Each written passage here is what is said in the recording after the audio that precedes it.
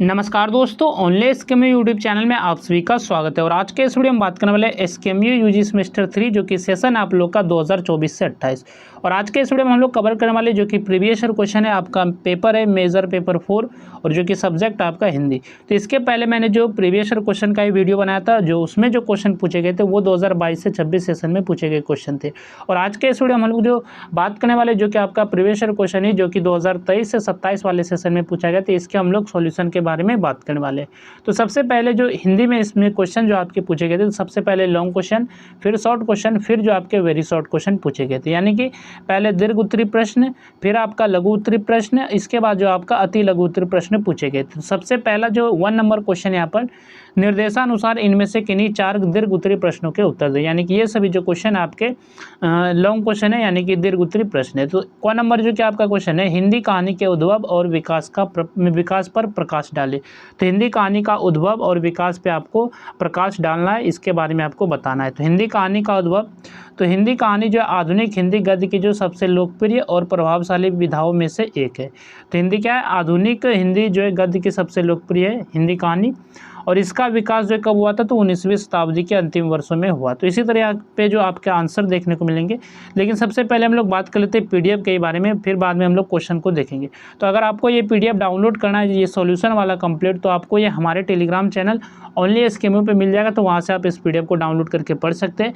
अगर आप वहाँ नहीं ढूंढ पाते हैं, तो इसी वीडियो के डिस्क्रिप्शन में पीडीएफ का लिंक दिया गया है। तो आप लिंक पर जैसे क्लिक करेंगे तो आप हमारे टेलीग्राम चैनल पर रिडायरेक्ट हो जाएंगे और वहाँ से आप पीडीएफ को डाउनलोड करके पढ़ सकते हैं। ठीक है, तो ये बात हो गई पीडीएफ के बारे में। अब चलिए हम लोग क्वेश्चन पे चलते हैं। तो कौन नंबर जो आपका लॉन्ग क्वेश्चन हम लोगों ने देख लिया। तो क्वेश्चन नंबर जो ख है आपका, जो कि नेक्स्ट लॉन्ग क्वेश्चन है, तो इसको भी देख लेते हैं। तो मैं जो लॉन्ग क्वेश्चन को सिर्फ क्वेश्चन को ही पढ़ूंगा, बाकी जो है आप लोग अच्छे से कवर कर लेना। तो ख नंबर आपका जो क्वेश्चन है, हिंदी उपन्यास उद्भव और विकास स्वतंत्रता पूर्व एवं स्वतंत्रायोत्तर पर प्रकाश डाले। तो हिंदी उपन्यास का उद्भव और विकास के बारे में बताना है। और जो स्वतंत्रता पूर्व और स्वतंत्रायोत्तर, यानी कि स्वतंत्रता पूर्व यानी कि स्वतंत्रता से पहले हिंदी उपन्यास है, और जो है स्वतंत्रता यानी कि स्वतंत्रता के बाद। तो ये हिंदी उपन्यास की क्या थी, यानी कि उद्भव और विकास। तो ये चीज़ें आपको बताना है।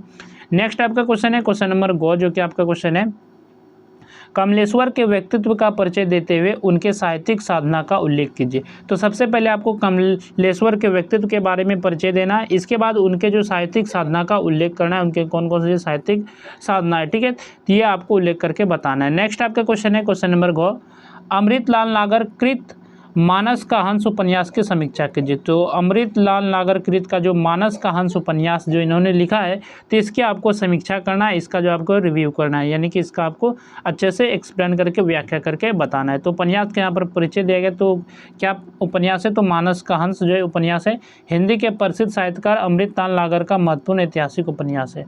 और इसका प्रकाशन कब हुआ था, तो 1972 में हुआ था। ये सभी आपके जो आंसर है, आप लोग आंसर को अच्छे से तैयार कर लीजिएगा। इसके बाद हम लोग चलते हैं नेक्स्ट क्वेश्चन के बारे में, जो कि क्वेश्चन है आपका, उसने कहा था कहानी के आधार पर लहना सिंह के चरित्र चित्रण पर प्रकाश डाल रहे थे। ये उसने कहा था, ये जो कहानी है आपका, तो इसके आधार पे, यानी कि इस कहानी के आधार पे जो आपको लहना सिंह के चरित्र के बारे में प्रकाश डालना है, लहना सिंह के चरित्र के बारे में आपको बताना है।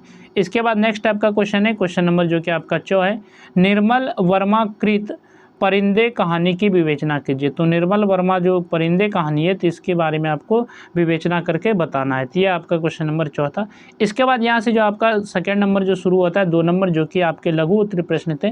निर्देशानुसार इनमें से किन्हीं 2 लघु उत्तरीय प्रश्नों के उत्तर, यानी कि एक क्वेश्चन जो होता है लघु उत्तरीय प्रश्न, एक जो क्वेश्चन का मार्क्स रहता है 5 नंबर रहता है एक क्वेश्चन के लिए। तो आपको 2 बनाने होते हैं। तो इस तरह आपका जो है 10 मार्क्स का वेटेज रहता है शॉर्ट क्वेश्चन में, लघु उत्तरीय प्रश्न में। तो क्वेश्चन नंबर को आपका जो क्वेश्चन है, कोसी का घटवार कहानी का सारांश लिखिए। तो कोसी का घटवार जो कहानी है, तो इसका आपको सारांश लिखना है। तो सारांश यहाँ पर है, कोसी का घटवार जो प्रसिद्ध कहानीकार शेखर जोशी की चर्चित कहानी है। तो किनके द्वारा ये कहानी लिखी गई है, तो शेखर जोशी के द्वारा। और यह कहानी जो है ग्रामीण जीवन, यानी कि गाँव के जीवन, मानव संवेदनाओं, प्रेम और त्याग का मार्मिक चित्रण करती है। और कहानी का जो मुख्य पात्र घटवार है, यानी कि इसका जो कहानी का जो मुख्य पात्र है, मुख्य कैरेक्टर है, वो है घटवार है, जो कोसी नदी के किनारे नाव चलाकर लोगों को एक एक किनारे से दूसरे किनारे पहुंचाने का कार्य करता है। तो घटवार क्या करता है, जो एक मतलब नदी के जो है किनारे जो है नाव चलाकर लोगों को जो है एक किनारे से दूसरे किनारे तक पहुंचाने का जो काम करता है। वह जो मेहनती, ईमानदार और सरल स्वभाव का व्यक्ति है। तो घटवार कैसा है, तो ये आपका मेहनती, ईमानदार और जो सरल स्वभाव का व्यक्ति है। घटवार का जीवन जो नदी और उसके आसपास के वातावरण से गहराई से जुड़ा हुआ, यानी कि उनका जो जीवन है नदी के आसपास से जुड़ा हुआ है। वह अपने जो कर्तव्य का पूरी निष्ठा से पालन करता है, यानी कि पूरी श्रद्धा से वो अपना काम करता है और लोगों की सहायता के लिए सदैव तत्पर रहता है, यानी कि लोगों को काम करने के लिए मतलब कि मदद करने के लिए वो हमेशा तैयार रहता है। और कहानी में जो उसके संघर्षपूर्ण जीवन, उसकी भावनाओं और जो है ग्रामीण समाज की परिस्थितियों का सजीव चित्रण किया गया है। और लेखक ने जो है कोसी नदी के प्राकृतिक सौंदर्य तथा वहाँ के जनजीवन को भी बहुत प्रभावशाली ढंग से प्रस्तुत किया है। और यह कहानी जो है मानवीय संबंधों, श्रम, ईमानदारी और त्याग के महत्व को सरल भाषा में व्यक्त करती है। इसके बाद नेक्स्ट आपका क्वेश्चन है, हीराबाई का चरित्र चित्रण संक्षिप्त रूप में प्रस्तुत करें। तो हीराबाई का आपको चरित्र चित्रण के बारे में बताना, यानी कि इसके चरित्र के बारे में बताना है। तो हीराबाई का जो चरित्र चित्रण, तो हीराबाई जो है फणीश्वर नाथ रेणु की प्रसिद्ध कहानी तीसरी कसम की प्रमुख जो है पात्र है। तो तीसरी कसम जो कहानी है तिनके प्रमुख पात्र है, ये आपका कौन से, तो ये आपका क्या है, तो यहाँ पर क्वेश्चन क्या था, हीराबाई। तो हीराबाई जो है आपका प्रमुख पात्र है कौन सी कहानी का, तो तीसरी कसम का। और वह जो है एक नौटंकी कलाकार है, यानी कि जो हीराबाई है वो एक नौटंकी कलाकार है, और लेकिन उसके भीतर कोमल हृदय, आत्मसम्मान और मानव संवेदनाएं भरी हुई है। और वह सुंदर, विनम्र, व्यवहार कुशल और जो है भाविक स्वभाव की स्त्री है। जब वह बैलगाड़ी से मेले की यात्रा करती है तब उसकी मुलाकात जो हीरा मन से होती है, और हीरा मन का सरल, निष्कपट और जो सम्मानपूर्ण व्यवहार उसे बहुत प्रभावित करता है। और हीराबाई भी उसके प्रति स्नेह और आदर का भाव रखने लगती है, और वह जो है दूसरों की भावनाओं का सम्मान करती है और कभी किसी का अपमान नहीं करती। समाज उसे केवल एक नौटंकी वाली के रूप में देखता है, परंतु उसके भीतर प्रेम, करुणा, त्याग और आत्मसम्मान जैसे श्रेष्ठ गुण विद्यमान है। और रेणु ने जो है हीराबाई के माध्यम से समाज के संकीर्ण सोच तथा कलाकारों के प्रति उपेक्षापूर्ण दृष्टिकोण को उजागर किया है। और हीराबाई हिंदी कहानी साहित्य की एक संवेदनशील, स्वाभिमानी और स्मरणीय पात्र है। इसके बाद नेक्स्ट आपका क्वेश्चन है, शरणदाता कहानी का तथ्य जो है अपने शब्दों में लिखे। तो अपने शब्दों में शरणदाता की कहानी को तथ्य को लिखना है, कौन कौन से इसमें जो तथ्य है, फैक्ट्स है, तो इसके बारे में आपको बताना है। नेक्स्ट जो यहाँ पर जो क्वेश्चन आपका 3 शुरू होता है, जिसमें कि ये अति लघु उत्तरीय प्रश्न है। निम्नलिखित सभी प्रश्न अनिवार्य, सभी प्रश्नों का जवाब देना जरूरी है, और यथोचित अति संक्षिप्त उत्तर यानी कि वेरी शॉर्ट क्वेश्चन में, यानी कि कम शब्दों में इसको लिखना है। तो कौन नंबर आपका क्वेश्चन है, कथा सम्राट के नाम से किसे जाना जाता है। तो किसे जो है कथा सम्राट के नाम से प्रचलित है, तो मुंशी प्रेमचंद को जो है हिंदी साहित्य में कथा सम्राट के नाम से जाना जाता है। तो किसे, तो मुंशी प्रेमचंद को जो है कथा सम्राट के नाम से जाना जाता है। उन्होंने जो है हिंदी कहानी और उपन्यास की नई दिशा दी तथा सामाजिक यथार्थ का जो सजीव चित्रण किया है।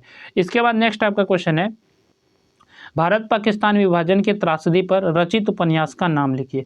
तो भारत पाकिस्तान के त्रासदी पर जो उपन्यास लिखा गया तो उसके बारे में आपको बताना है। तो भारत पाकिस्तान विभाजन के त्रासदी पर जो आधारित है प्रसिद्ध हिंदी उपन्यास कितने पाकिस्तान है, यानी कि कौन सा उपन्यास है, तो कितने पाकिस्तान। और इसके जो लेखक है कमलेश्वर है, और इस उपन्यास में विभाजन, सांप्रदायिकता तथा जो मानवता के संकट का प्रभावशाली चित्रण किया गया है। इसके बाद नेक्स्ट आपका क्वेश्चन है, दिल्ली में एक मौत किन की रचना है। तो दिल्ली में एक मौत जो है किन के द्वारा लिखी गई है। तो दिल्ली में एक मौत जो है हिंदी के प्रसिद्ध साहित्यकार कमलेश्वर की रचना है, और यह कहानी जो है आधुनिक समाज की संवेदनहीनता, अकेलेपन तथा बदलते मानवीय संबंधों का प्रभावशाली चित्रण प्रस्तुत करती है। इसके बाद नेक्स्ट आपका क्वेश्चन है, परिंदे कहानी का प्रकाशन वर्ष लिखिए, यानी कि परिंदे कहानी किस वर्ष लिखा गया था, प्रकाशित किया गया था। तो निर्मला वर्मा की प्रसिद्ध कहानी परिंदे का जो प्रकाशन 1959 ईस्वी में हुआ था। कब, तो 1959 ईस्वी में जो प्रकाशित हुई थी, और यह हिंदी की नई कहानी आंदोलन की प्रतिनिधि रचनाओं में मानी जाती है। इसके बाद नेक्स्ट आपका क्वेश्चन है, दिल फिगार किस कहानी का पात्र है। तो दिल फिगार जो है मुंशी प्रेमचंद की प्रसिद्ध कहानी दुनिया का अनमोल रत्न का मुख्य पात्र है, और वह संसार के सबसे अनमोल रत्न की खोज करता है और अंत में उसका वास्तविक महत्व समझता है। तो यही जो आपका दिल फिगार है ये किस कहानी का है, तो दुनिया का अनमोल रत्न का ये पात्र है। तो यहाँ तक हम लोगों ने जो आपका मेजर पेपर 4 था हिंदी सब्जेक्ट जो कि सेमेस्टर 3 के लिए ये वीडियो था, सेशन 2024-28 के लिए। तो ये प्रीवियस ईयर क्वेश्चन यहाँ पर खत्म होता है। इसके बाद हम लोग सेट के बारे में बात करेंगे, और इसके पहले मैंने जो प्रीवियस ईयर क्वेश्चन का वीडियो बनाया था, अगर आपने उस वीडियो को नहीं देखा है तो आप हमारे चैनल से जाकर देख सकते हैं, या फिर इसी वीडियो के डिस्क्रिप्शन में आपको प्लेलिस्ट का लिंक मिलेगा, तो वहाँ से भी आप देख सकते हैं। और PDF डाउनलोड करना है तो आपको हमारे टेलीग्राम चैनल पर मिल जाएगा, तो वहाँ से आप इसको पढ़ सकते हैं, अच्छे से डाउनलोड करके रख सकते हैं। ठीक है, तो चलिए फिर मिलते हैं नेक्स्ट वीडियो में। इस वीडियो में बस इतना ही।